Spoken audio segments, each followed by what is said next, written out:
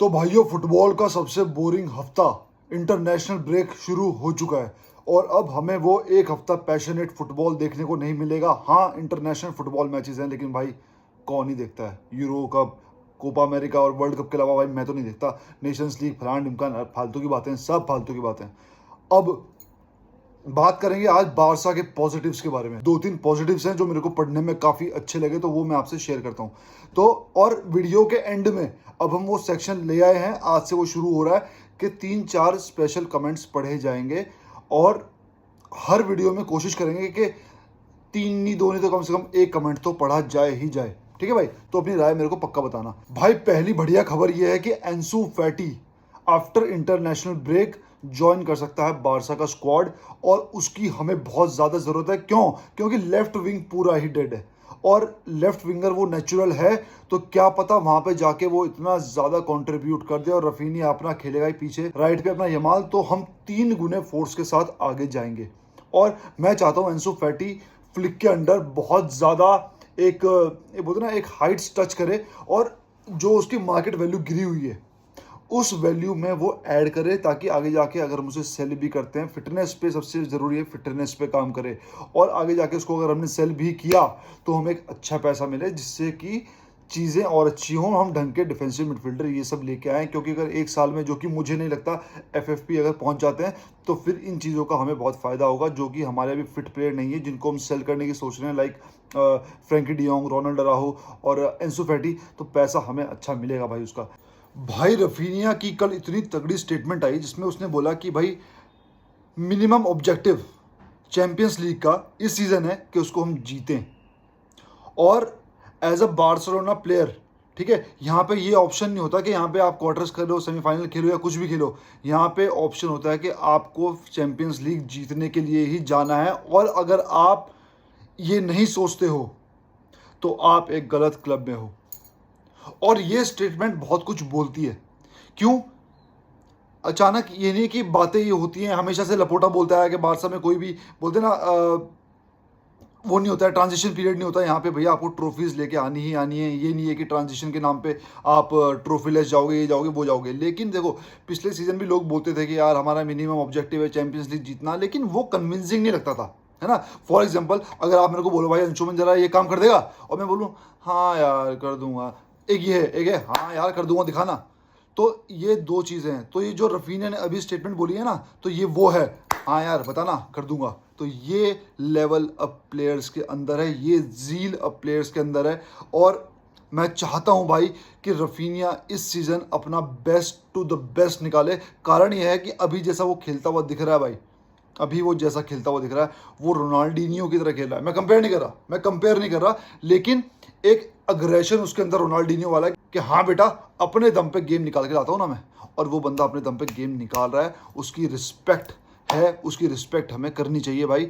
और हम कर भी रहे हैं, ऐसा नहीं हम कर नहीं रहे हैं, लेकिन अभी और ज़्यादा करनी चाहिए। अगर वो और तगड़ा परफॉर्म करता है, उसको मोटिवेट करो और सेल करने की बात तो कोई कर मत देना, और उसके भी नाम स्टेडियम में चैंट होने चाहिए। बात करते हैं भाई बार्सिलोना के चैंपियंस लीग ड्रॉ की।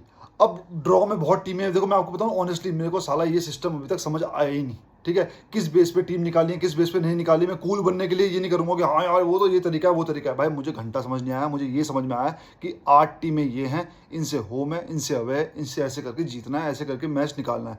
मेन ऑब्जेक्टिव जो दिमाग में है वो ये है भाई, ये संभालो सब टेक्निकल टीम है। मेन ऑब्जेक्टिव जो दिमाग में है कि भाई यहाँ से जीत के अगले राउंड में क्वालिफाई करके यूसीएल उठाना है। और देखो, मिनिमम जो मैं इस साल टारगेट कर रहा हूँ, मिनिमम प्रैक्टिकली सेमीफाइनल्स में टारगेट कर रहा हूँ भाई। लेकिन अगर स्क्वाड वापस आ जाता है, फ्रैंकी भी सही हो जाता है, ठीक है, गावी भी सही हो जाता है, अराहो भी सही हो जाता है, फैटी भी, मतलब एक तरह से स्ट्रेंथ एक स्क्वाड में रहती है, तो भाई I am looking for champions league win this season. Because under flick अगर नहीं करेंगे स्क्वाड के साथ तो कब करेंगे? हाँ, स्क्वाड हमारा छोटा है, लेकिन पैशन बहुत ज़्यादा है, ठीक है, प्रूव करने की एक एक भूख बहुत ज़्यादा है। और ये चीज़ ज़्यादा मैटर करती है, बशर्ते आपके पास स्क्वाड हो, बशर्ते आपके पास स्क्वाड हो। कुछ बंदे बोल रहे हैं यार अवे पे डॉर्टमुंड के यार होम टफ है, ये है वो है। भाई एक बात बताओ, ठीक है, बहुत कम लोग बोल रहे हैं, ऐसा सब नहीं बोल रहे। एक बात बताओ भाई, अगर देखो, अगर आपको बनना है चैंपियन, तो चैंपियंस की तरह खेलना पड़ेगा, निडर होके, निडर। और अगर यही होम बायर्न का होता फिर क्या कर लेते भाई? अगर यही होम बायर्न का होता तो भाई देखो ऐसा है, कुछ भी दे दो, मैं तो कहता हूँ 8 की 8, कूल बनने के लिए नहीं बोल रहा भाई, मैं तो कहता हूँ 8 की 8 टीमें टफ दे दो, पीएसजी दे दो, एथलेटिको मैड्रिड दे दो, डॉर्टमुंड दे दो, बायर्न दे दो, ठीक है, मैड्रिड दे दो, कोई भी दे दो। अगर हम में गूदा होगा, अगर हम डिजर्व करते होंगे, अगर हमारे में औकात होगी, अगर हमारे में कैपेबिलिटी होगी, हम उन 8 से भी जीत के या कैसे ना कैसे करके इस राउंड से निकल के दिखाते। और अगर कैपेबिलिटी नहीं होती तो जूते मार के पैरे निकाल दो हमें, ठीक है? तो निडर होके खेलेंगे भाई। चैंपियंस लीग नाम है इसका, चैंपियंस लीग, तो चैंपियंस की तरह सोचना ही पड़ेगा। और बात रही टफ की, तो भाई पीएसजी का देख लो ना, पीएसजी का क्या हुआ? पीएसजी का तो भट्टा बिठा दिया भाई।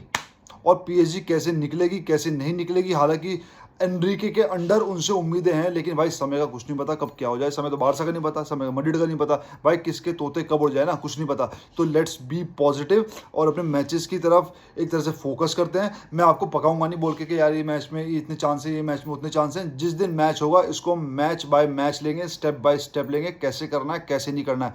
जब चैंपियंस लीग शुरू होगा प्रीव्यू बनाना शुरू करेंगे, हर चीज़ शुरू करेंगे और एक स्ट्रैटेजिकली डिस्कस करेंगे इन सब चीज़ों को, ना कि सिर्फ मैं आपके सामने 8-9 टीमें या सारी टीमों का एक बखान रख दूं, ठीक है? उसमें आप भी बोर होंगे क्योंकि 20-25 मिनट की वीडियो हो जाएगी। तो बेटर ये है कि मैच दर मैच उस चीज़ को डिस्कस करते चलेंगे, तो आपका भी इंटरेस्ट उतना ही बना रहेगा सुनने का और मेरा इंटरेस्ट भी रहेगा बोलने का।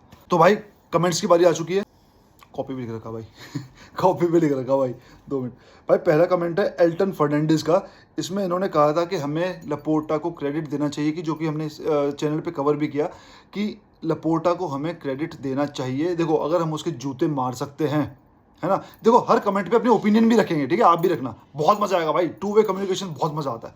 तो अगर हम लपोर्टा को जूते भी मारते थे और अब हमें ये पता है कि फ्लिक की वजह से हम यहाँ पे ऐसा खेल रहे हैं, क्योंकि देखो प्लेयर्स खेलते हैं फील्ड पे लेकिन 90% उसमें फ्लिक का हाथ है। तो लपोर्टा को इस चीज़ में क्रेडिट देना पड़ेगा और डैनी ओल्मो को वो लेके आए, जो कि हमारा परिवार हमेशा से बात करता था कि डैनी ओल्मो बहुत ज़रूरी है, तो ये भी लपोर्टा ही लेके आया। तो इस चीज़ के लिए हम उसको अप्रिशिएट भी करेंगे, ठीक है? दूसरा कमेंट है भाई वानी शिरवा का कि डैनी ओल्मो के आने से पेड्री पे बहुत कम, अब बोलते ना बहुत हद तक स्ट्रेस कम हो जाएगा क्रिएट करने का। पहले उसके पास वो एक अकेली रिस्पॉन्सिबिलिटी रहती थी कंधों पे कि मुझे ही क्रिएट करना पड़ेगा, तो वो ज़्यादा एफर्ट मारता था। लेकिन अब उसके आने से बोलते ना, जब 2 बैल चल रहे होते हैं ना, 2 बैल खेत में, तो एक के कंधे पे रहेगा अगर हल, तो भाई सही नहीं होगा और टूटा फूटा ऐसे ही निकलेगा टेढ़ा मेढ़ा होकर। लेकिन अब 2 बैल हो चुके हैं भाई, अब 2 बैल चलेंगे तो खेती भी ठीक से होगी, है ना, और हर चीज़ बैलेंस में होगी। तीसरा कमेंट है भाई ब्लैक स्क्वायर का कि क्राइफ ने कहा था कि बेस्ट 11, हालांकि आपको पता होगा लेकिन मेरे को अच्छा लगा, मैंने पहली बार पढ़ा भाई। देखो मैं ये नहीं बनूंगा, मैं ये नहीं बोलूँगा मुझे सब पता है फुटबॉल के बारे में, मैंने पहली बार पढ़ा भाई कि क्राइफ ने कहा था कि आप अगर हर पोजीशन के लिए इंडिविजुअल बेस्ट प्लेयर लेके आते हैं तो उससे आपका जो वंस है ना, वंस वो ज़रूर बेस्ट होगा, लेकिन जो आपकी 11 है वो उतनी बेस्ट नहीं हो पाएगी जितनी होनी चाहिए, क्योंकि वहाँ पे बैलेंस ही नहीं है। तो ये कमेंट भाई मुझे बहुत अच्छा लगा भाई। अगला कमेंट है विशाल त्यागी, ये तब का कमेंट है भाई, बेजेटिच की जब न्यूज़ चल रही थी ना कि बारसा में स्टीफन बेजेटिच आएगा, ये आएगा वो आएगा, तो हमें क्या मतलब, आपको तो पता है भाई मुझे भी इतनी प्रोनाउंसिएशन उसकी आती नहीं थी। तो भाई का कमेंट आया जब हेयर वी गो हो गया था, उसमें कमेंट ये आया कि भाई अभी अभी तो हमने इसकी नाम की प्रोनाउंसिएशन सीखी थी, इतने में भाई हेयर वी गो आ गया। पर कोई बात नहीं भाई, ये कमेंट्स मेरे को अच्छे लगे। अब कोशिश रहेगी कि हर क्रिएटिव कमेंट को और हर एक ऐसे कमेंट को जो कि बहुत ही मतलब एक ना जस्टिफाई कर जाए चीज़ें, उन चीज़ों को हम हर वीडियो के एंड में लेंगे और उस पर अपना ओपिनियन भी रखेंगे। तो भाई मिलते हैं कल, विस्कल बारसा।